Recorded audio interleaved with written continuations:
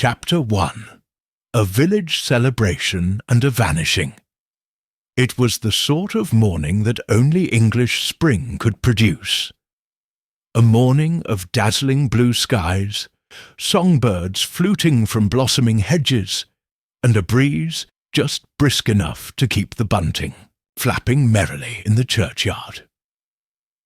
In the village of West Vale, the preparations for the annual Whitsun Fair were in full swing.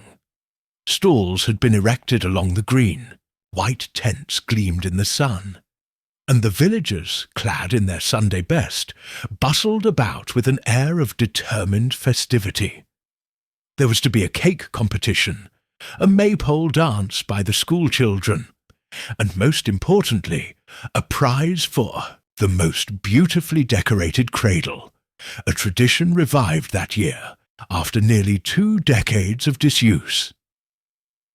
Miss Marple, visiting her old friend Mrs. Harbottle for a short stay, found herself quite swept up in the excitement. "You see, Jane," Mrs. Harbottle explained over breakfast, "the Cradle prize is meant to honour the village's newest arrival.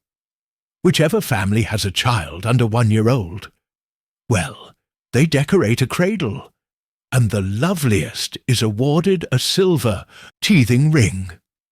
Miss Marple smiled benignly as she stirred her tea. "Such a charming idea," she said, "a celebration of new life." Mrs. Harbottle's face clouded slightly, "Though of course," she added, "there are those who think it in poor taste, what with the Wilson baby's troubles last year." Miss Marple inclined her head but said nothing. In her long acquaintance with village life, she had learned that tragedies, like mildew, clung quietly in the corners of even the sunniest communities. At 10:30, the church bells pealed out, and the villagers gathered on the green. Miss Marple and Mrs. Harbottle joined them, finding seats near the front, close enough to admire the row of cradles set up beneath a broad oak tree. There were 4 entries. The Moore family's simple white-painted cradle, adorned with forget-me-nots, the elaborate ribbon-festooned offering from the Blackwells, the rustic hand-carved creation from Tom Griggs, the carpenter's son, and finally a delicate willow bassinet contributed by Ruth and Arthur Denby, newly arrived in the village, with their infant daughter Daisy. The Denby cradle drew much admiration. "It's exquisite," murmured Mrs. Harbottle approvingly. "And that baby, such a sweet little mite." Indeed, little Daisy Denby, swaddled in lace, cooed happily as her young mother fussed with the cradle's arrangement. The Reverend Holt, beaming from the temporary stage, declared that judging would begin at noon. After the maypole dance and the children's races, all was in readiness. And then, quite suddenly, it wasn't. It began with a low murmur of confusion that rippled outward like a stone thrown into a pond. Mrs. Moore, searching for her missing son, Colin, tugged at her husband's sleeve. A toddler belonging to the Harris family burst into loud tears. Several women began calling out names in anxious voices. Miss Marple, alert to small disturbances as a terrier to a mouse, straightened in her chair. "What is it?" she asked Mrs. Harbottle quietly. Before Mrs. Harbottle could answer, a piercing cry rang out. "The cradle, Daisy!" Heads turned en masse toward the oak tree. Ruth Denby, her face drained of colour, stood beside her decorated cradle, her hands trembling. The cradle was empty. The Denby baby was gone. Chaos erupted. Arthur Denby, white as chalk, stumbled forward, peering desperately beneath the row of cradles. Other villagers rushed to search among the tents and stalls, calling, "Daisy! Daisy!" In rising panic, Miss Marple rose to her feet with some difficulty, her heart thudding in her chest. Not for the first time, she observed, how easily the facade of order crumbled. Within minutes, the fair had dissolved into a scene of confusion. Constable Briggs, a stocky young man more accustomed to chasing errant cows than investigating serious crimes, tried valiantly to organize a search party. "Scatter out!" he barked. "Check the woods, the lanes. Someone must have seen something." Miss Marple, meanwhile, remained where she was, her eyes narrowed in thought. A missing baby in the middle of a crowded village fete. Such things did not happen without purpose, and not, she thought grimly, without reason. By noon, the initial search had yielded nothing. The cradles, once so gaily arranged, stood abandoned beneath the oak. Half-eaten scones and toppled lemonade cups littered the ground. At the vicarage, Ruth Denby had been taken inside, sobbing uncontrollably, while Arthur Denby stood stiffly at the gate, his face a mask of anguish.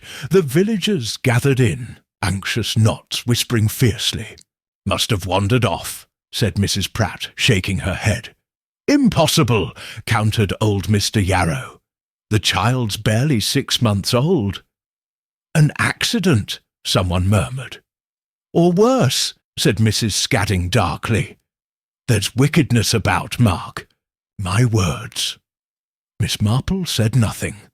She merely adjusted her spectacles and listened. The vicar, flanked by Constable Briggs, attempted to restore order. "No need for wild theories," he said, though his voice lacked conviction. "We'll find the child. Let's remain calm." Miss Marple's keen blue eyes moved slowly over the crowd. There was grief, yes, shock, fear. But among the familiar faces of West Vale, faces lined by worry, animated by outrage, she glimpsed something else, a flicker of guilt, a shadow of calculation. It was gone almost instantly. But Miss Marple had seen it, and she knew, beyond doubt, that the disappearance of Daisy Denby was no accident. Someone, amidst the bunting and the maypole ribbons, had seized the perfect opportunity to strike. And somewhere, perhaps quite close by, a secret was stirring in the sun-dappled shadows. One that would not easily be laid to rest. Not until the full truth was dragged, writhing, into the light. Chapter 2. Whispers Across West Vale. By the following morning, the fairground green lay empty and forlorn, littered only with the discarded debris of a celebration turned sour. Paper rosettes fluttered from the hedges, streamers drooped sadly from the maypole, and the 4 cradles stood abandoned under the oak, their decorations bedraggled from the night's dew. The cradle belonging to Ruth and Arthur Denby had been removed, carted off during the frantic, disorganized search that had sprawled into the small hours. But no sign of baby Daisy had been found. None at all. At the Rose and Crown, the village's sole public house, a subdued crowd had gathered even before the noon hour.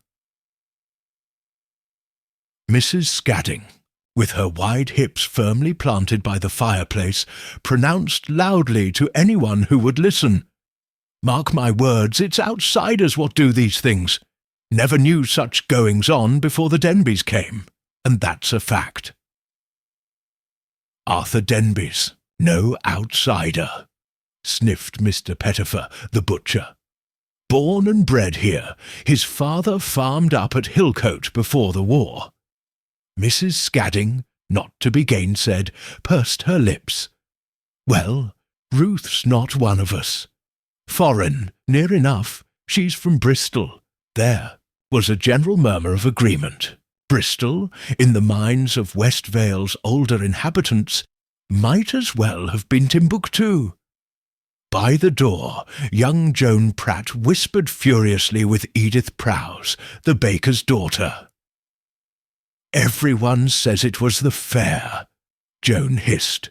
"All those strangers, about people from Gillingham and Templeton. Anybody could have walked off with her." "More likely one of our own," said Edith darkly. "Someone with a grudge." They both glanced quickly around to see if anyone overheard. Across the street in the tiny post office, Mr. Wooton solemnly weighed letters while contributing his own theories. "Ransom," he said, to the vicar's wife in an undertone. "You wait and see. That's what comes next. A ransom note." Mrs. Holt, who found the entire subject deeply distasteful, made a hasty exit, clutching her newly purchased stamps as though they might shield her from the village's creeping fear. Miss Marple, meanwhile, sat in Mrs. Harbottle's sunny parlour, quietly embroidering a handkerchief and sipping weak lemon tea. She listened patiently as Mrs. Harbottle relayed, in breathless instalments, every scrap of rumour that had reached her ears since daybreak. "Some say it was a tramp," Mrs. Harbottle confided, lowering her voice as though tramps were known to lurk behind the sofa. "Old Mrs. Warden says she saw a queer-looking fellow hanging about the vicarage lane on Thursday." "Thursday," Miss Marple repeated mildly. "That would be 2 days before the fete." Mrs. Harbottle nodded, her spectacles flashing. "And then there's Ivy Tuttle, who swears she saw Ruth Denby arguing with her husband the morning of the fair. Said Ruth was crying something dreadful." Miss Marple made a soothing murmur. "It must be very hard for them both, poor things. Of course, Arthur Denby's never been quite right," Mrs. Harbottle continued, warming to her theme. "Went away to London for a time after his mother died. They say he got into some sort of trouble there, though no one will say what." "Trouble?" Miss Marple echoed, her voice the very picture of gentle surprise. "Nothing proven, of course," Mrs. Harbottle admitted. "But tongues will wag. Some say gambling, others, well," she coughed delicately, "other sorts of mischief." Miss Marple nodded thoughtfully. "And Ruth?" she asked. Mrs. Harbottle pursed her lips. "Very pretty, of course. Perhaps a little too pretty. You know the sort, Jane. All smiles and dimples, but never quite settling to village ways. Always talking of her friends back in the city." "Lonely, perhaps," Miss Marple suggested. Mrs. Harbottle looked disapproving. "Loneliness doesn't excuse running after every stranger at the market." Miss Marple hid a smile behind her teacup. It was all exactly as she had anticipated. The first reaction to any tragedy in a small village was not grief, but suspicion. Suspicion fed not by evidence, but by long-held grudges, petty jealousies, and simmering resentments. Everyone had an idea, everyone had a theory. And yet, as Miss Marple well knew, it was often the very first, most eager accusations that were furthest from the mark. Constable Briggs, meanwhile, was struggling valiantly with his first major investigation. He had organised search parties to comb the woods, questioned everyone who had been present at the fete, and issued a plea for information to the surrounding villages. Thus far he had found nothing. No witnesses, no ransom notes, no sign of baby Daisy. Not so much as a scrap of cloth from her christening gown. Inspector Druitt from Gillingham had arrived that afternoon, a tall, grim-faced man who inspired immediate deference, and taken charge of the investigation. He had wasted no time in drawing the obvious conclusion. "The mother's story is thin," he said bluntly, after interviewing Ruth Denby. "She claims to have turned away for only a few moments, yet in that time someone managed to snatch the child from under 100 noses." He shook his head. "I don't like it." Constable Briggs, desperate to impress, bobbed his head eagerly. "Some think," he ventured, "that Ruth wasn't as happy in her marriage as she let on." Inspector Druitt's eyes narrowed. "Quite so, and unhappy women do desperate things." A plan was swiftly formed to bring Ruth Denby in for further questioning. And privately, the inspector instructed Briggs to make discreet inquiries into the Denbys' finances, and any debts they might have accrued. Miss Marple, informed of these developments by Mrs. Harbottle's paperboy, who had a profitable sideline in gossip distribution, felt a twinge of unease. It was too neat, she thought, too convenient. She had met Ruth Denby only twice, once at the vicarage tea and once at the milliner's sale. But her instincts, honed over many years and countless village dramas, warned her against accepting easy answers. Ruth Denby had loved her child. Of that, Miss Marple felt certain, and no matter how desperate or unhappy a woman might become, she did not orchestrate the disappearance of her baby, not in the bright sunshine of the Whitsun Fair, not surrounded by neighbours and friends.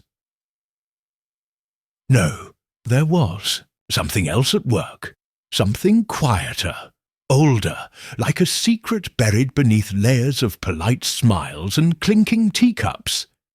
And Miss Marple, her knitting needles flashing steadily, was determined to uncover it, stitch by careful stitch.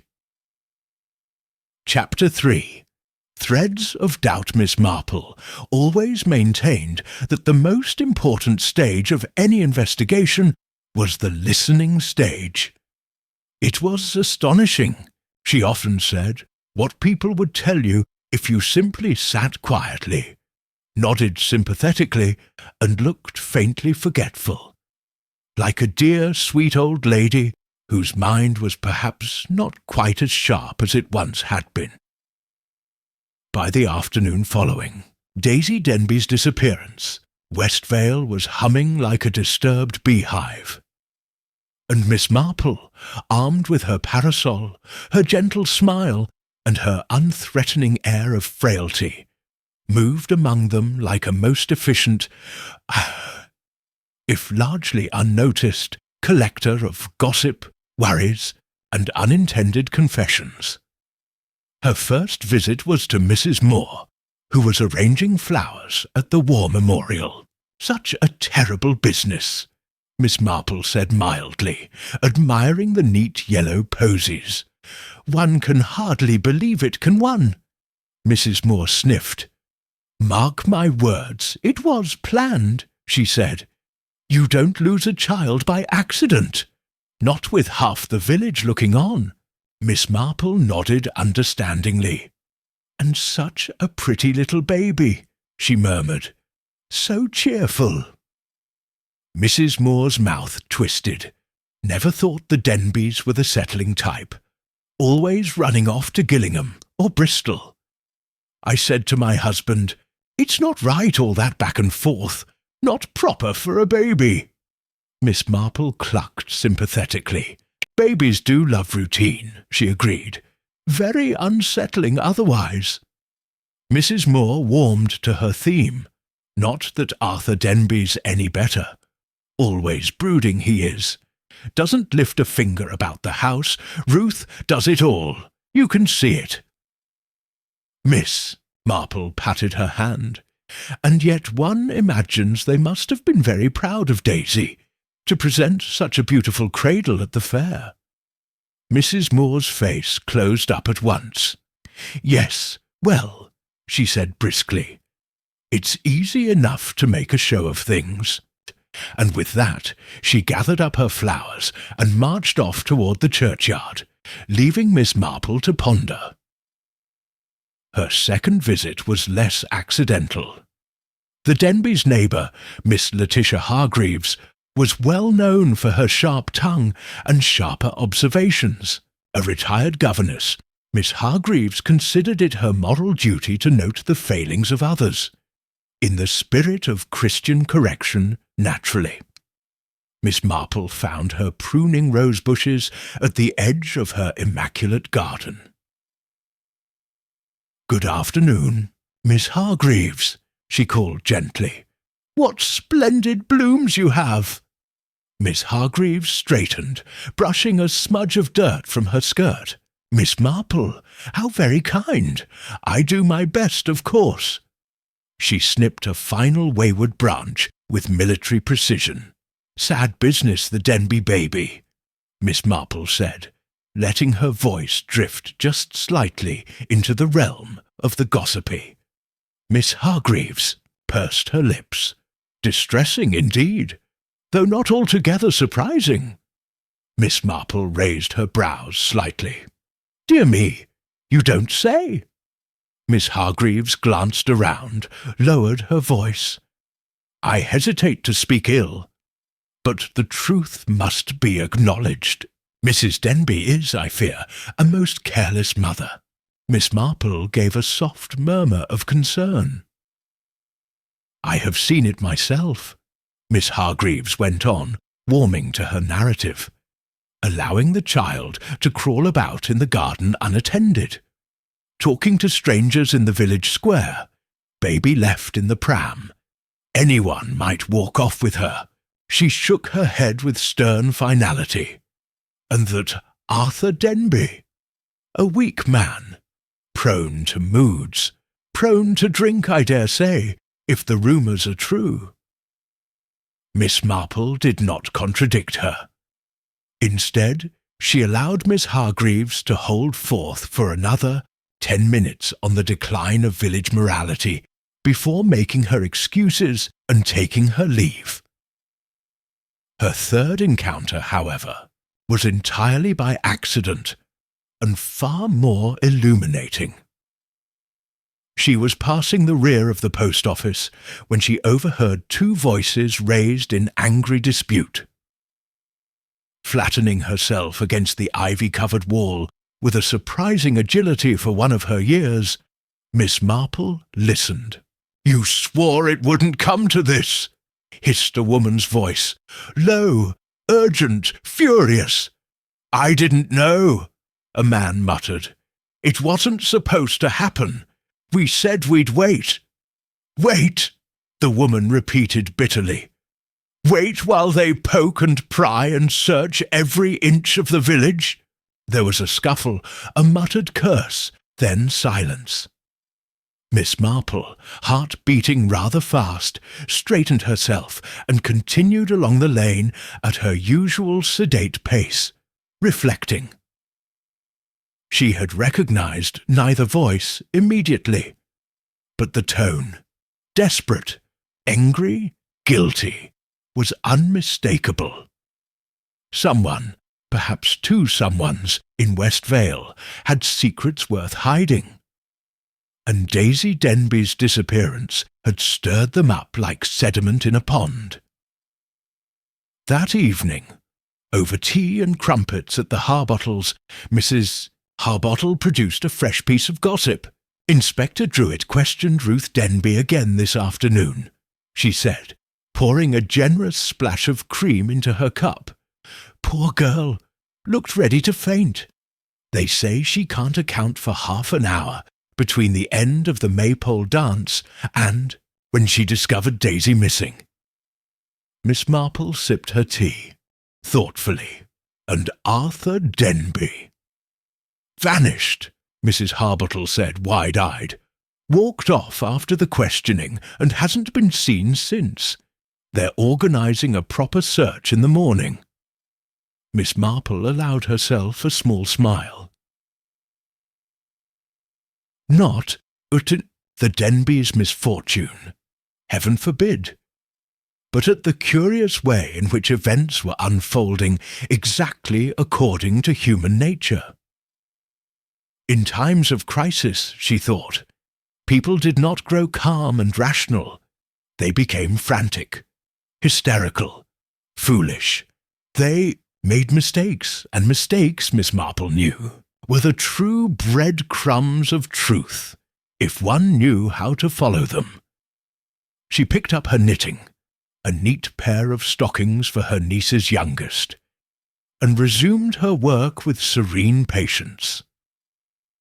Somewhere in West Vale, the truth was unravelling. All Miss Marple had to do was wait and watch, and when the time came, she would pull gently, oh, ever so gently, on the right thread, and the entire sordid tapestry would fall apart at her feet. Chapter 4. First Suspects. By Monday morning, the mood in West Vale had shifted from shocked disbelief to simmering distrust. The second day without a trace of Daisy Denby had set villagers' imaginations to fever pitch. Theories, once tentative, now hardened into conviction. And like all small communities faced with the unexplained, they seized upon the nearest and most convenient culprits.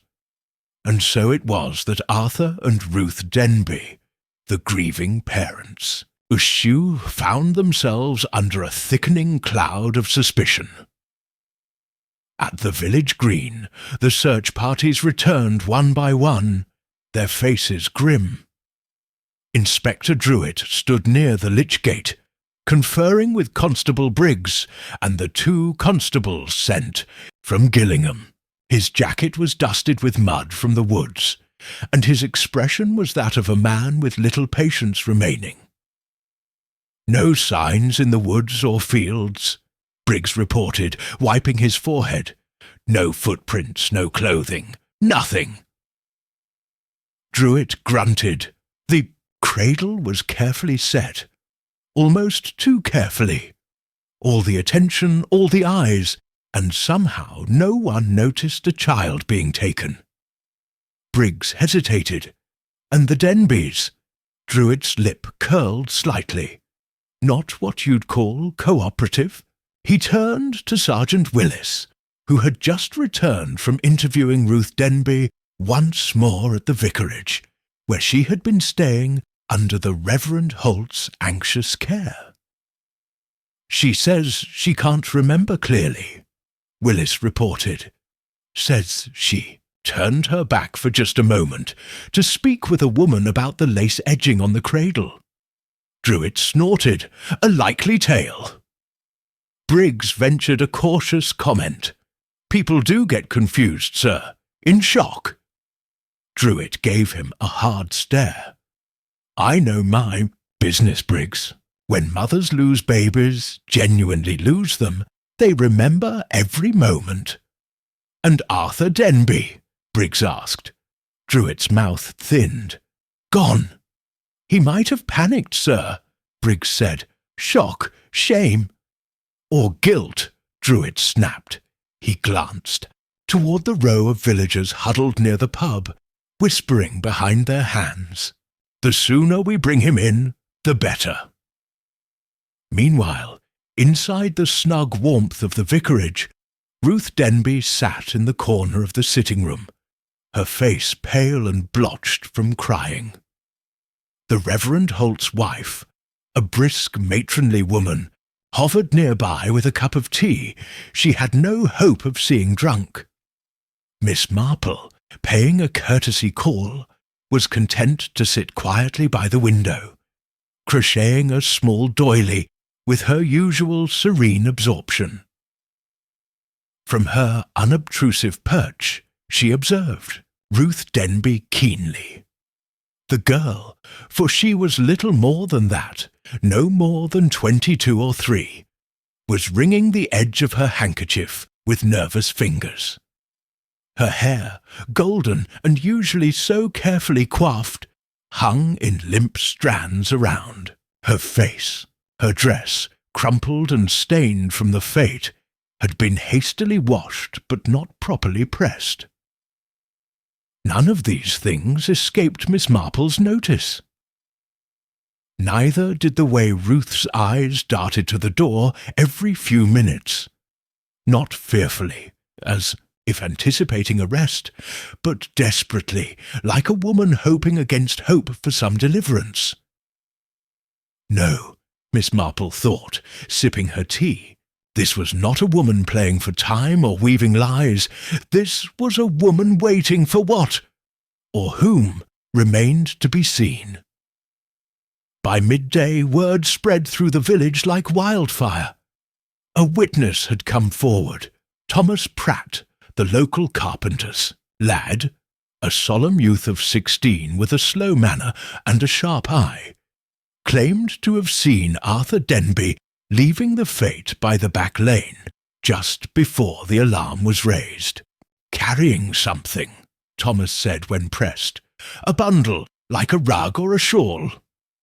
Inspector Druitt's face had lit up grimly at this intelligence.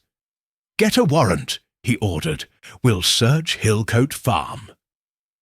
The search at Hillcote Farm, where Arthur and Ruth had been staying with Arthur's uncle, yielded little of value. No baby clothes, no discarded shawl, no traces of blood or hurried packing. But what they did find stirred more whispers. In a battered old bureau in the barn, concealed behind stacks of yellowed newspapers, was a bundle of unpaid bills, gambling debts mostly, in Arthur Denby's name. There was also a letter, crumpled and stained, from a firm of solicitors in Gillingham, warning of imminent legal action over unpaid loans. Inspector Druitt held the letter aloft in grim triumph. "Financial motive," he said, clear as day. Constable Briggs, who had spent his youth at Hillcote and remembered Arthur Denby as a solemn boy who fed birds from his pockets, said nothing. But later, when he passed Miss Marple standing quietly by the church gate, he tipped his hat and murmured, under his breath, "Don't seem right, does it, ma'am?" Miss Marple smiled gently. "Things so rarely are, my dear Briggs," she said. That evening, the formal charge had not yet been laid. But the village had already convicted Arthur Denby. At the Rose and Crown, in the parlour filled with smoke and low, mutters, Mrs. Scadding said what many thought. "He ran because he's guilty." And everyone nodded, sipping their beer with grim satisfaction. Everyone, that is, except for Miss Marple. Sitting in the corner, unnoticed, her knitting moving steadily, she thought about Thomas Pratt's statement. A bundle, yes, but how large? How heavy? And most importantly, was it truly being carried protectively, or dragged, or tucked under an arm without care? Such distinctions, she knew, mattered. And then there was the peculiar behaviour of Ruth Denby, her darting glances, her absent-minded muttering about the letters, overheard that afternoon by Mrs. Harbottle's maid, who lost no time in reporting it. No, Miss Marple thought, the truth was not as simple as Arthur Denby absconding with his child. Something older, deeper, was at play. Something wound into the quiet, stubborn heart of the village itself. And unless she was very much mistaken, the first true clue had already been offered, unnoticed by all but the most careful listener. Smiling to herself, Miss Marple folded her knitting neatly away. The pattern was beginning to emerge. And soon, very soon, she would be ready to tug. The first loose thread. Chapter 5. A Clue, Overlooked. The next morning dawned soft and grey, a fine mist blurring the outlines of hedges and chimneys across West Vale. The rain, when it came, was a light drizzle, hardly enough to stir the puddles. Along the high street, the village seemed subdued under the damp blanket of weather, as though nature herself mourned the absence of little Daisy Denby. But for Miss Marple, the gloomy morning was no cause for delay. If anything, it sharpened her resolve. And so it was that, after a brisk breakfast of porridge and stewed plums, she set out, umbrella in hand, for the green, where Constable Briggs was overseeing the removal of the last fete decorations. "Good morning, Briggs," Miss Marple said brightly, as though discussing nothing more distressing than a misplaced basket of scones. Briggs touched his cap respectfully. "Morning, Miss Marple." His face was drawn, the youthful optimism of 2 days, ego quite vanished. "Such a shame," Miss Marple said, adjusting her umbrella against the fine rain. "And still no sign?" Briggs shook his head. "We've searched everywhere, ma'am. Every barn, every shed, every inch of the woods. If the child's anywhere near West Vale, she's very well hidden." Miss Marple clucked sympathetically. "And this bundle the boy Thomas saw Mr. Denby carrying?" Briggs's expression tightened. Inspector Druitt's convinced it was the baby. "Yes," said Miss Marple, "and yet, it's odd, isn't it?" Briggs looked at her, puzzled. "Odd, ma'am?"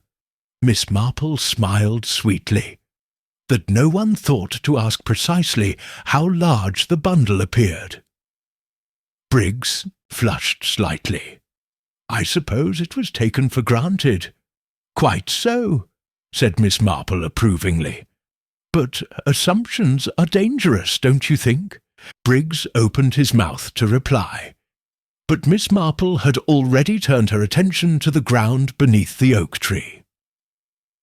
The cradles had been removed yesterday evening, yet the grass still bore the marks of their stands.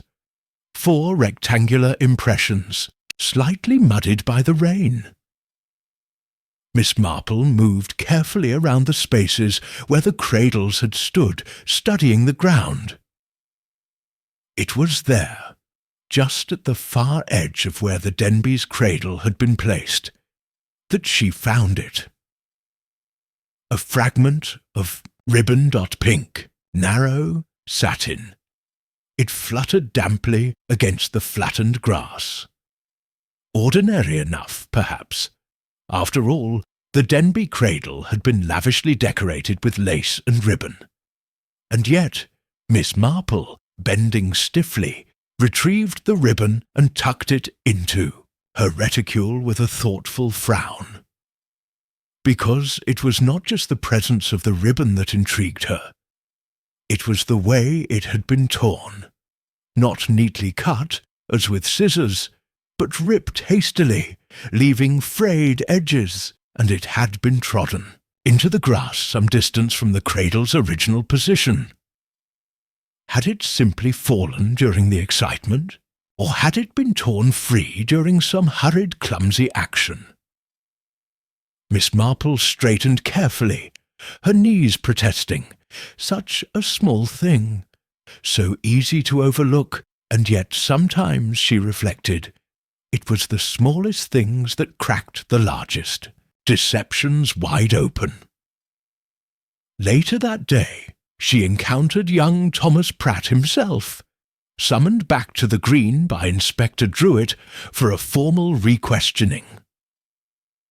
The boy, lanky and awkward in 2 short trousers, lingered near the churchyard gate, shifting his weight from foot to foot. Miss Marple, approaching with her usual air of harmless friendliness, engaged him in conversation. "A dreadful business, Thomas," she said softly, But how brave of you to speak up! You must have a sharp pair of eyes." Thomas flushed with pleasure. "I just saw him, miss. Mr. Denby, I mean, slipping out the back lane." "Carrying something, Thomas?" "Nodded. Looked like it. A bundle. But—" He hesitated, frowning. Miss Marple tilted her head encouragingly. "But—" Thomas scratched the back of his neck. "It didn't look heavy, exactly. More like he had it under his arm. Not cradled, you know." Miss Marple smiled gently. "I do know." "And he was in a right hurry," Thomas added, "like he didn't want no one to see him." Miss Marple gave his arm a light pat. "You've been very helpful, Thomas. You mustn't worry." As he was called away by Constable Briggs, Miss Marple stood for a moment beneath the dripping yew tree, her thoughts whirring quietly. A bundle, but carried lightly, tucked under one arm, not held close and dear, and a torn ribbon trodden into the grass. She glanced toward the far end of the green, where a narrow footpath led through the hedgerow toward the Mill Lane cottages. And something, some faint stirring of memory, teased at her. Face glimpsed at the fair, not Arthur Denby's, someone else, someone who had slipped away unnoticed in the confusion, someone whose absence had not yet been remarked upon, but whose presence, if remembered, could change everything. Miss Marple closed her umbrella and set off down the lane with brisk determination, the damp earth squelching beneath her boots. It was time to pay a few quiet visits, not to accuse, not yet, but to observe. And perhaps, if fortune favoured her, to hear a careless word, a guilty hesitation, the smallest crack in the carefully woven web of lies. The pieces were beginning to fit together, not in the way Inspector Druitt believed, not in the way the gossiping villagers insisted, but in a pattern Miss Marple recognised all too well. A pattern of selfishness, weakness, and, at its heart, a very human, very dangerous kind of fear. And if she was right, then time was running out. For someone in West Vale had taken a dreadful risk, and Miss Marple, with her quiet persistence and sharp blue eyes, was about to catch them at it. Chapter 6.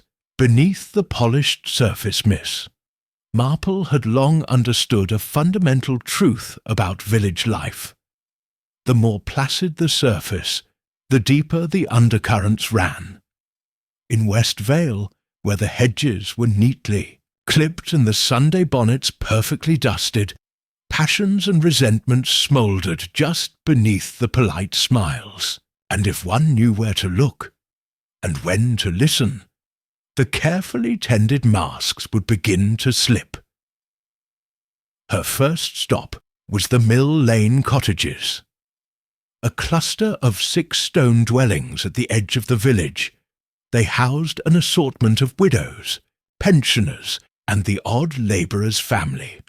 Precisely the sort of place, Miss Marple thought, where news travelled fastest and tempers ran hottest.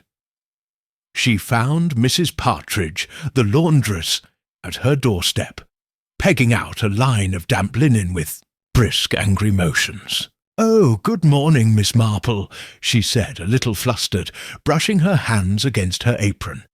"Beastly weather, isn't it?" "Most unsuitable for drying," Miss Marple agreed, glancing at the sullen sky. "I do hope I'm not disturbing you, dame." "At all. Not at all." Mrs. Partridge leaned in, voice lowering. "Terrible thing about little Daisy?" Miss Marple nodded sadly. Poor Ruth Denby must be half mad with grief. Mrs. Partridge's mouth pursed. "Grief, is it?" she said. "That one never seemed right to me, ma'am, if you'll pardon my saying so. Always flitting about, laughing and carrying on, not steady like a mother should be." "You knew her well, then?" Miss Marple asked gently. "Oh, not well," Mrs. Partridge said quickly. "But I seen things, heard things." Miss Marple waited, her silence encouraging. "Only last month," Mrs. Partridge continued, "there was a quarrel, a real Barney, down at the post office, between Ruth Denby and young Jack Tewkesbury." Miss Marple blinked mildly. "Jack Tewkesbury? The carpenter's apprentice?" Mrs. Partridge nodded, warming to her theme. "Saw it with my own eyes. She was crying. He looked fit to burst.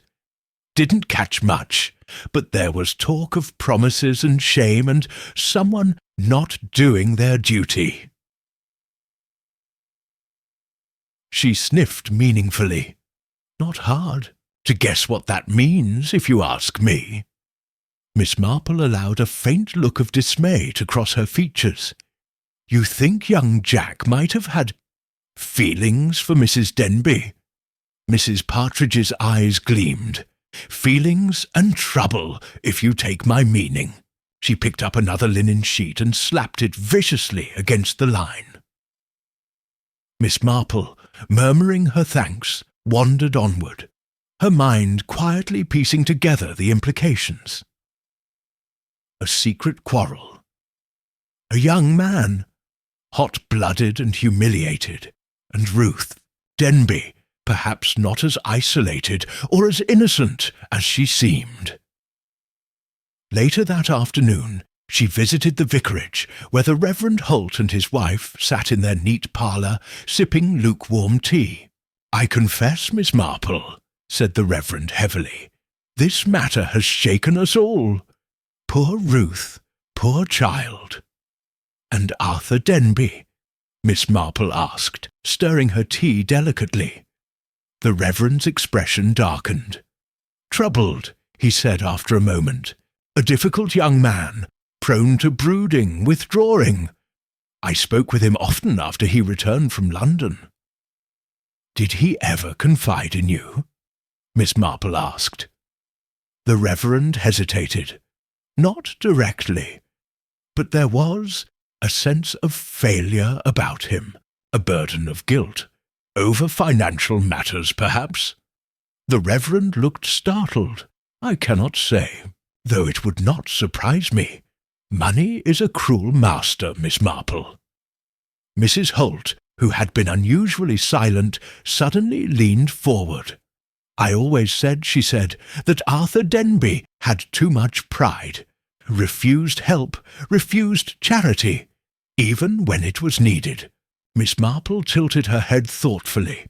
"And Ruth?" Mrs. Holt pressed her lips together.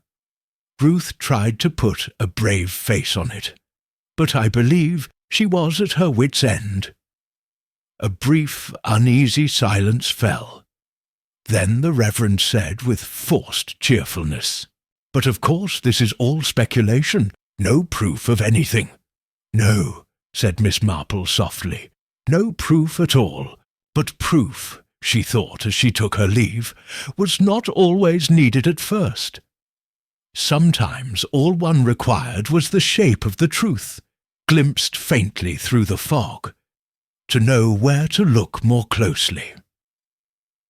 Her final visit that day was to Mrs. Scadding, who received her in the kitchen, elbow deep in dough. Mrs. Scadding was one of Westvale's chief authorities on right and wrong, at least in her own estimation. And she wasted no time offering her views. "They're all as bad as each other, if you ask me," she said, punching the dough with a vigour that suggested she imagined Ruth Denby's face beneath her fists. "Young folks these days, no morals, no sense of duty." Miss Marple sat demurely, her hands folded in her lap. "I wonder," she said in her mildest tone, "if you happen to notice anyone else behaving oddly at the fete." Mrs. Scadding narrowed her eyes.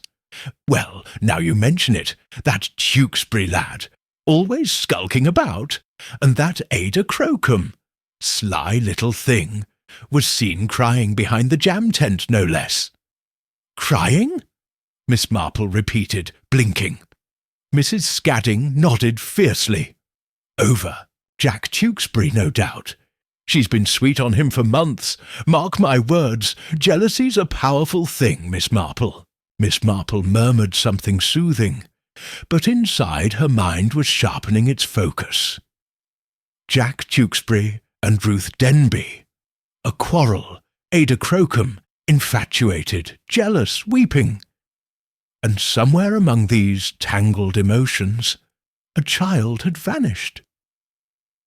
Perhaps not at random, perhaps not at the hands of a stranger at all, but as part of a very old, very human story. Love betrayed, pride wounded, revenge kindled, and somewhere, Miss Marple was certain, the first real slip had already occurred. All she had to do was find it, before it was too late. Chapter 7. An Unexpected Discovery. It was just before dusk the next evening when the second shock descended upon West Vale. The misty rain that had persisted all day finally thinned to a fine drizzle, leaving the village soaked and glistening under a lowering grey sky. The church bells tolled for evensong, their slow notes floating through the damp air. Miss Marple was at her sitting-room window, her knitting needles clicking steadily, when she saw young Ned Hartwell, the blacksmith's son, come pelting up the lane, his hair streaming wet, his boots slapping puddles. He burst into the vicarage without knocking. 5 minutes later, Reverend Holt himself appeared in the square, red-faced and agitated, beckoning furiously to Constable Briggs, who was just leaving the Rose and Crown. Within an hour, every villager knew something had been found, and it was not what anyone expected. Inspector Druitt, his boots muddy and his trousers sodden to the knee, paced furiously at the edge of the wood near Old Tansey Bridge. Beside him, Constable Briggs and 2 villagers, Mr. Carter, the miller, and Ned Hartwell, hovered uncertainly. "You're certain it was here?" Druitt barked, his breath puffing in the chill air. Ned nodded vigorously. "I swear it, sir. Down in the hollow, just by the stream." "And you didn't touch it?" "No, sir. Ran straight for the vicar."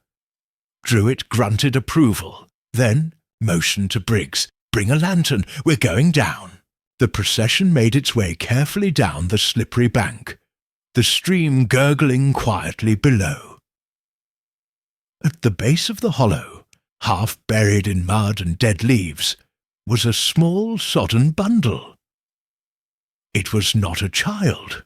It was a doll dressed in a baby's lace gown and bonnet, a doll so lifelike, so carefully crafted, that in the half-light it might easily have been mistaken for a sleeping infant. Druitt bent, swearing under his breath.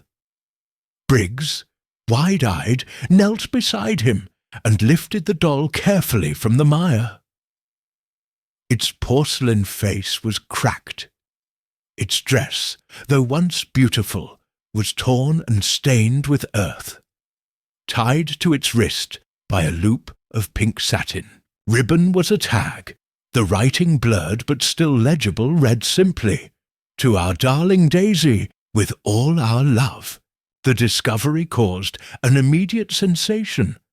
The Denbys' cradle, it seemed, had not held little Daisy at all, not after the Maypole dance, at any rate, but a doll.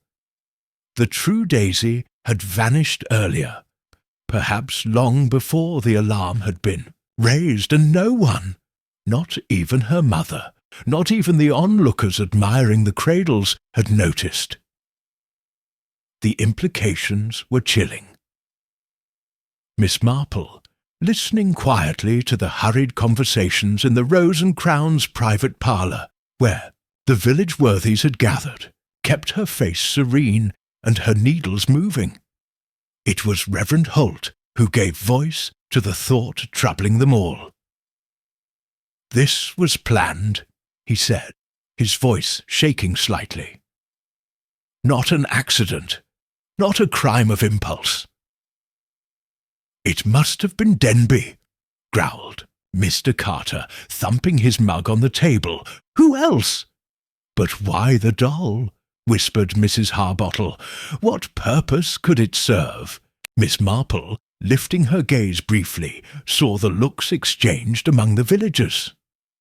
Fearful, suspicious, eager even to fix the blame. She thought again of the pink ribbon she had found, torn hastily, discarded carelessly, of Ruth Denby's anxious glances, of Thomas Pratt's testimony, the light bundle carried under Arthur's arm. Had Arthur Denby substituted the doll? Had he spirited away his own child, unseen, under the very noses of friends and neighbours? Or had someone else used the doll, used Arthur's restless, unhappy nature to conceal a much darker intent? Miss Marple resumed her knitting, her mind whirring steadily. There were still too many unanswered questions. Why had Arthur Denby fled? Where had Daisy been taken? And why, and perhaps most important of all, whose idea had it been to introduce the doll in the first place? She thought of Ada Crocombe's tears, of Jack Tewkesbury's angry quarrel, of Ruth Denby's fragile, strained composure. And she wondered, oh, how she wondered! By the next morning, the village had settled into an uneasy, waiting silence. Inspector Druitt redoubled his efforts. Constables were dispatched to search every outbuilding, every farm, every hollow tree within a 5-mile radius. Posters bearing a description of Daisy were hastily printed and sent to neighbouring towns. But despite all the activity, no real progress was made. Arthur Denby remained missing. No new witnesses came forward. And the doll, carefully cleaned and placed in evidence, yielded no clues beyond the obvious. It had been meant to deceive, to buy time. Miss Marple, meanwhile, went quietly about her usual routine. She visited the churchyard to tend to her sister's grave. She called upon Mrs. Partridge to return a borrowed cookbook. She purchased 6 eggs from the Crossleys' farm. All the while she listened and thought, because it was growing increasingly clear to her that the heart of the mystery lay not in some sinister stranger sweeping into West Vale. No, the truth was much nearer home. Someone, she felt certain, had counted on the village's innocence, on their instinct to trust appearances, on the slow, sleepy pace of village life, so easily diverted, so easily deceived. But that someone had reckoned without one elderly spinster, whose life had been spent observing the countless small dramas of human nature, and who had learned long ago that in the quietest places the loudest sins were often committed. Soon, very soon, the trap would be set, and if Miss Marple judged rightly, and she rarely did not, the guilty party would not be able to resist stepping directly into it. Chapter 8. Setting the Trap. The days following the discovery of the doll passed with an aching, unnatural slowness in West Vale. The fete decorations had long since been taken down, the bunting packed away damp and limp in the church cellar. The village green, once bustling with laughter and music, now sat empty and silent, save for the occasional passing figure, moving with quickened step and eyes averted. It was as if a shadow had fallen over the heart of the village, one not so easily lifted. And amid this uneasy hush, Miss Marple set her plan quietly in motion. The first step was simple enough. A few casual remarks dropped here and there, at the post office, at the baker's, even during a brief chat with Mrs. Partridge, by the vicarage gates. Nothing accusatory, nothing direct, just a gentle reminder, so lightly delivered as to seem almost an afterthought, that whoever had placed the doll in the cradle must have done so well before the Maypole dance, and that therefore the substitution could hardly have been the work of Arthur Denby alone. The news, once loosed, spread with the inevitable efficiency of small-town gossip, and with it came exactly what Miss Marple had expected: unease, defensiveness, sudden surges of temper from those who, until now, had been content to blend into the background. It was not proof, of course, but it was pressure, and under pressure even the cleverest deceiver would often stumble. The second step required a little more subtlety.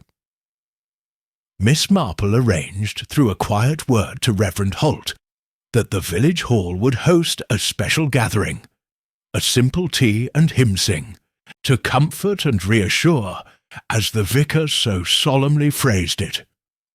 But Miss Marple knew that such an event would do more than soothe anxieties.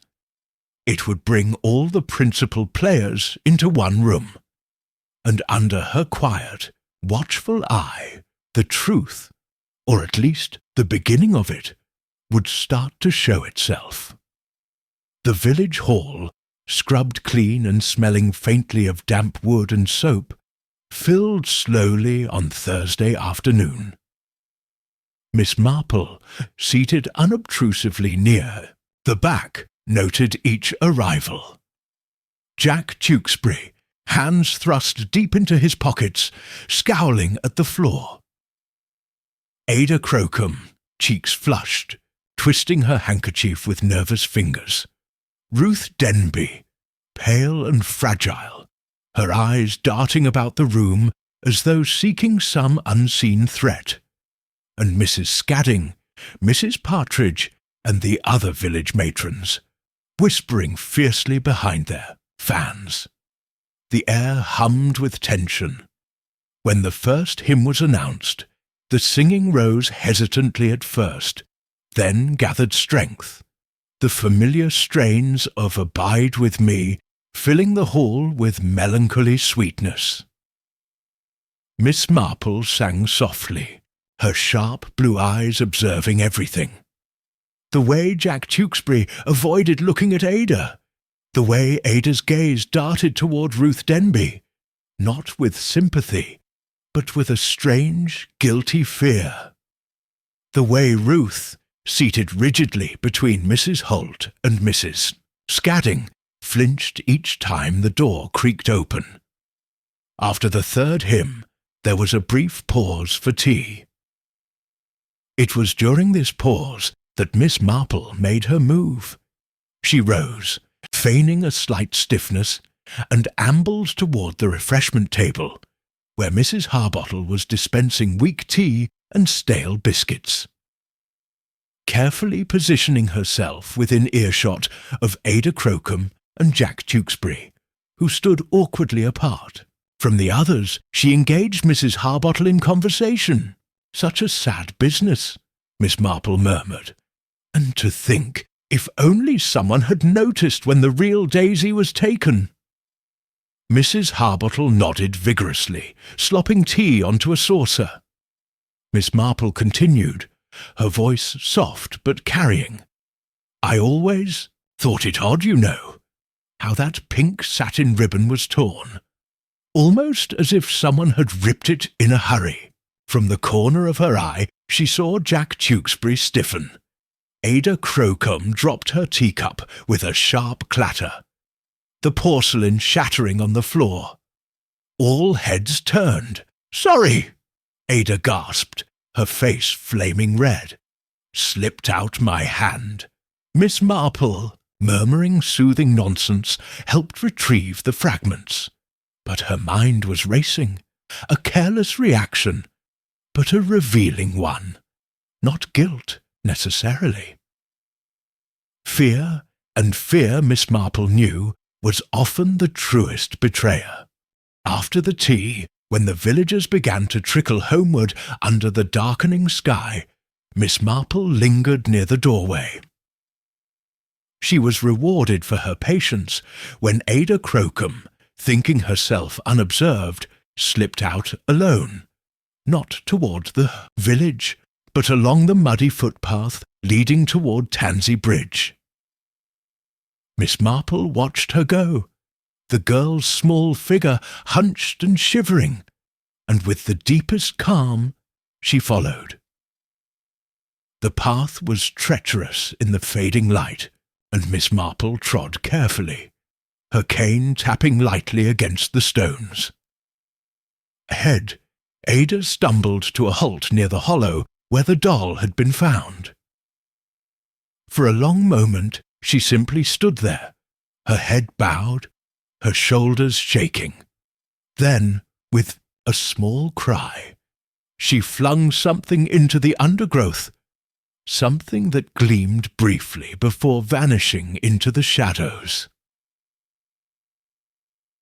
Miss Marple, hidden behind a hawthorn bush, waited until Ada had fled back toward the village before stepping forward. She moved slowly, carefully, her eyes searching the tangled grass. And there, half buried in the mud, she found it, a locket, silver small, engraved with the letter D. Miss Marple turned it over with gentle fingers. Inside, behind the cracked glass, was a tiny photograph of a laughing baby, Daisy Denby. Miss Marple straightened, the locket clutched in her hand. There would be time, soon enough, to explain, to lay out the pattern in all its grim simplicity. But for now, she turned her steps homeward, her heart heavy with sorrow, because while the pieces of the puzzle were falling into place at last, she feared that the truth, the full truth, would bring little comfort to West Vale. Some wounds, once inflicted, could never be healed. Chapter 9. A Gathering of Shadows. The following morning broke cold and pale, with a thin sunlight that barely penetrated the mist clinging to the fields beyond West Vale. Miss Marple sat by her hearth, the locket lying in her lap like a silent witness. The discovery had confirmed her deepest fears. And now there was only one thing left to do. It was time to bring the village together. It was time, very gently, to bring the truth to light. At Miss Marple's quiet suggestion, conveyed through a well-placed word to Mrs. Harbottle, Reverend Holt called for a meeting in the parish hall that afternoon. An opportunity, he declared solemnly, for us to stand together in this time of trial. By 3 o'clock, the hall was full. The air was heavy with anticipation, with dread, with the prickling excitement that always came before the unmasking of a secret too long concealed. Ruth Denby sat stiffly near the front, her face white as parchment. Jack Tewkesbury lounged against the far wall, arms folded, eyes wary. Ada Crocombe twisted her handkerchief so tightly it seemed a miracle it did not tear apart. The other villagers, Mrs. Scadding, Mr. Carter, Mrs. Partridge, gathered in clumps, whispering behind gloved hands. Inspector Druitt, summoned by Miss Marple's discreet note, stood grim and expectant near the door. Miss Marple herself sat quietly near the dais, her knitting basket at her feet, the very picture of harmless old lady innocence. Only those who knew her well, and there were few who truly did, would have recognized the steely resolve beneath the pink shawl and placid smile. When the hall had quieted, Miss Marple rose, leaning lightly on her cane. "I hope you will forgive me," she said gently, "for speaking out of turn, but I have been thinking and watching, and it seems to me that we have, perhaps, misunderstood certain things." A rustle of unease moved through the crowd.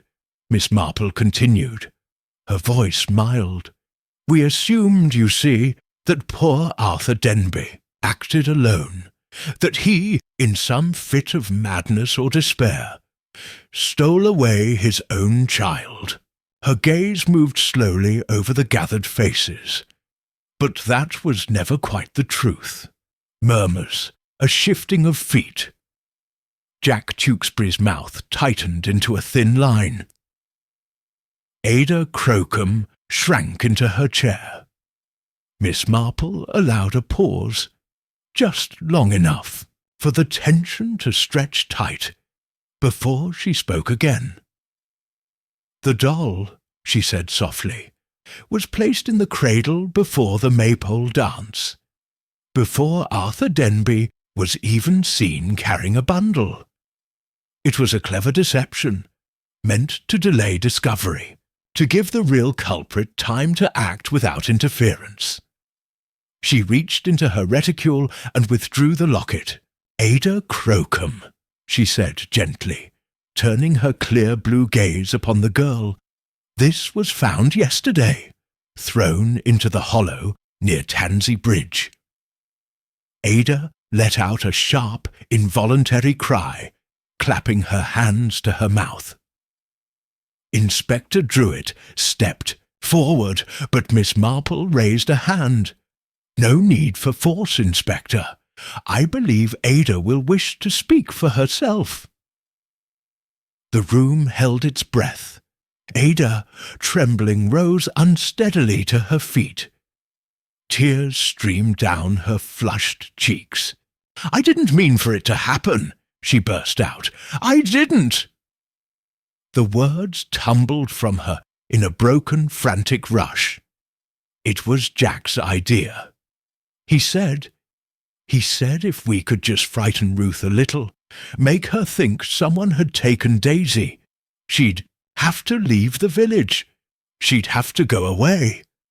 And then he'd be free. A gasp rippled through the crowd. Jack Tewkesbury cursed under his breath, but did not move. Ada sobbed uncontrollably. "I loved him," she whispered. "I did everything he asked. I made the doll look like Daisy, dressed it in her christening gown. Jack said he'd seen it in Ruth's parlour once. I switched it when no one was looking. After the judging started, Jack promised it was just a trick, just a scare." Miss Marple's voice was kind but firm. "But Daisy disappeared, Ada." The girl nodded miserably. "I didn't know. I swear it. I thought Jack would just frighten her, but then he was gone, and Ruth was screaming, and it was too late." Inspector Druitt stepped forward, seizing Jack Tewkesbury's arm. "You'll come with me, lad," he said grimly.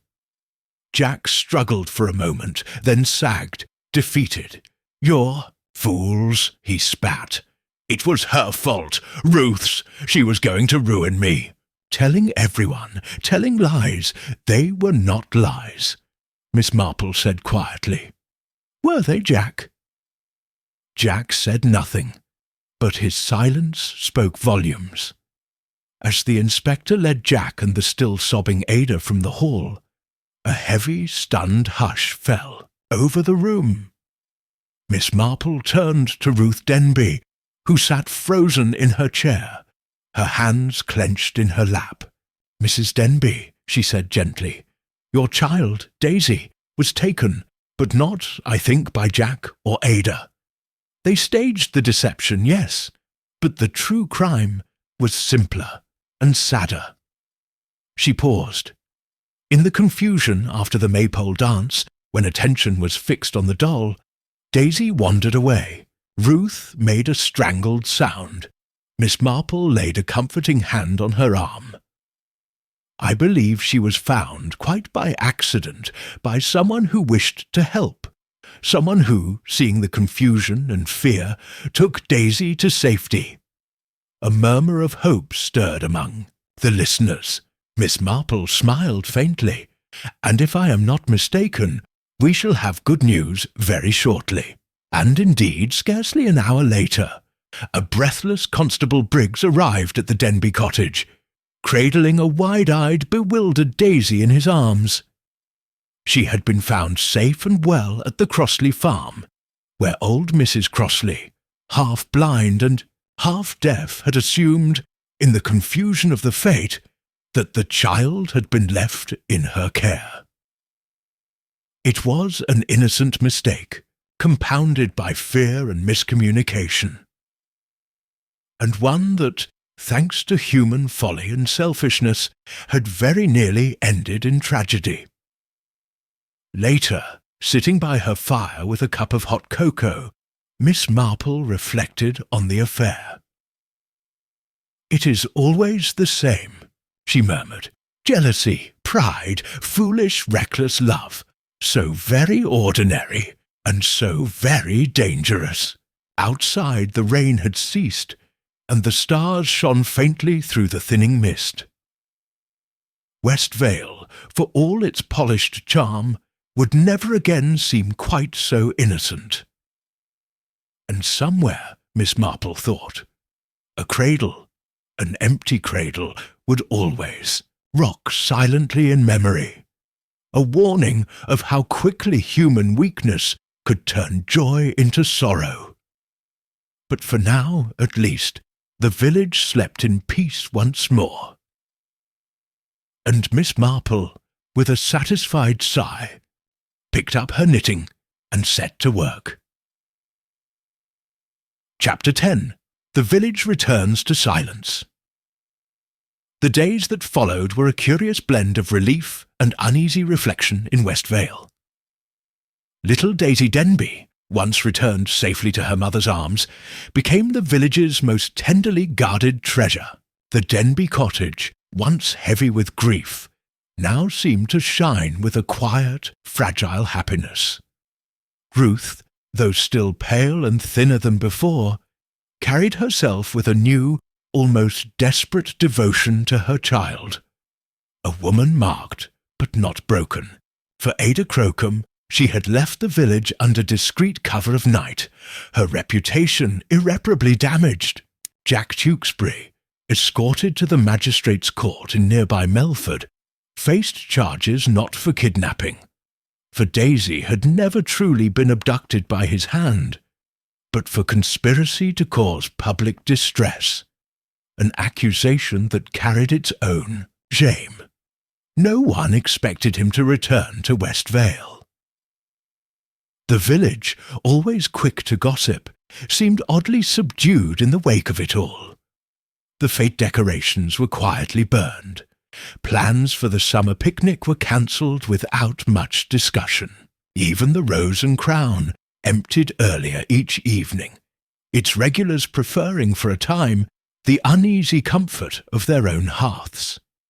Yet life, as it inevitably does, continued.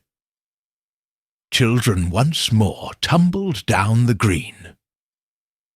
The bells rang out on Sundays, solemn and reassuring, and slowly, tentatively, laughter returned. Thinner, perhaps, but no less precious for its fragility. Miss Marple received a quiet visit from Inspector Druitt 2 days after the matter was officially closed.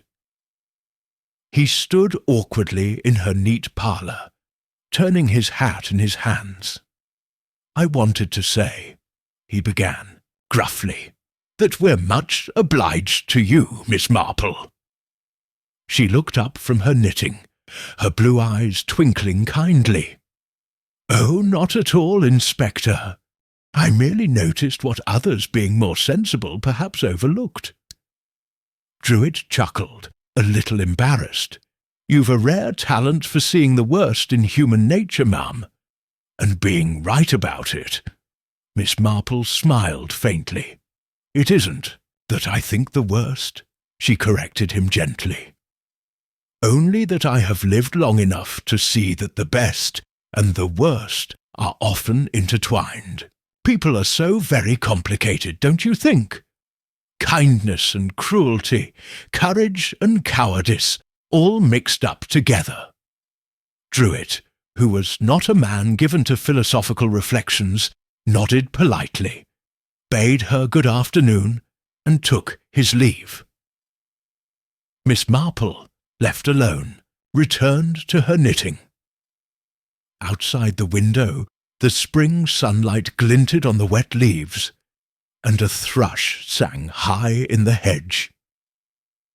In the weeks that followed, there were small changes to be seen, if one knew where to look. Mrs. Partridge was notably more circumspect in her gossip. Mrs. Scadding, who had long enjoyed lauding her respectability over others, seemed quieter, less sharp-tongued. Even young Ned Hartwell, once scolded for his wildness, was seen helping old Mrs. Crossley carry her baskets to market without being asked. It was as if the village, having glimpsed its own reflection, distorted, ugly, fearful, had drawn back, chastened. Miss Marple knew better than to think it would last forever. Human nature, after all, was stubborn. But for now, Westvale clung to its battered innocence, and that, she thought, was enough. On the first truly warm afternoon of May, Miss Marple walked slowly down Mill Lane, her straw hat tied neatly beneath her chin, her cane tapping lightly against the stones. Children's laughter drifted on the breeze. From somewhere near the Crossley farm, she heard the sound of a baby's gurgling giggle. She paused, smiling. Life went on. Cradles would rock, hearts would heal, and someday, perhaps, the shadow of Tansey Bridge and the empty cradle would be little more than a whispered memory. Miss Marple touched the brim of her hat in a small, satisfied gesture, and continued down the lane, disappearing slowly into the golden light of the afternoon.